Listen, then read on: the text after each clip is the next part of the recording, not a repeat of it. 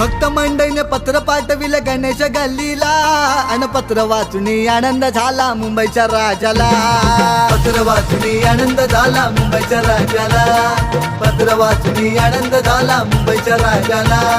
अनेक रूपे घेऊन येतो माझा गणराया.